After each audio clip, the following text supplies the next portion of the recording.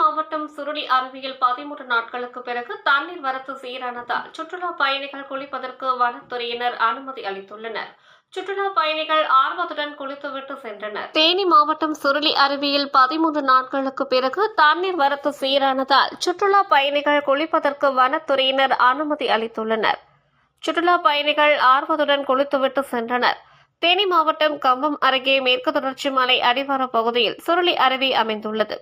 ஆன்மீக தலமாகவும் சுற்றுலா தலமாகவும் உள்ள இந்த அருவி பகுதிக்கு நாள்தோறும் ஏராளமான சுற்றுலா பயணிகள் மற்றும் பக்தர்கள் வந்து செல்வது வழக்கம். இந்நிலையில் சுருளி அருவியின் நீர்பிடிப்பு பகுதிகளான அரிசிப்பாறை, ஈத்தக்காடு, தூவானம் மலைப்பகுதிகளில் மழை தீவிரம் அடைந்து மழை பொழிவு ஏற்பட்டுள்ளதால் அருவியில் வெள்ளப்பெருக்கு ஏற்பட்டு சுற்றுலா பயணிகள் அருவியில் குளிப்பதற்கு வனத்துறையினர் தடை விதித்திருந்தனர். இந்நிலையில் கடந்த 13 நாட்களுக்கு பிறகு இன்று அருவியில் பொதுமக்கள் குளிப்பதற்கு நீர்வரத்து போதிய அளவில் சீரானதால் வனத்துறையினர் அருவியில் சென்று குளிப்பதற்கு அனுமதி அளித்துள்ளனர். வனத்துறையினரின் அனுமதியை தொடர்ந்து சுற்றுலா பயணிகள் வெள்ளியை வார்த்து ஊற்றியது போல் வரும் அருவி நீரில் ஆர்வத்துடன் குளித்துவிட்டு மகிழ்ச்சியாக சென்றனர்.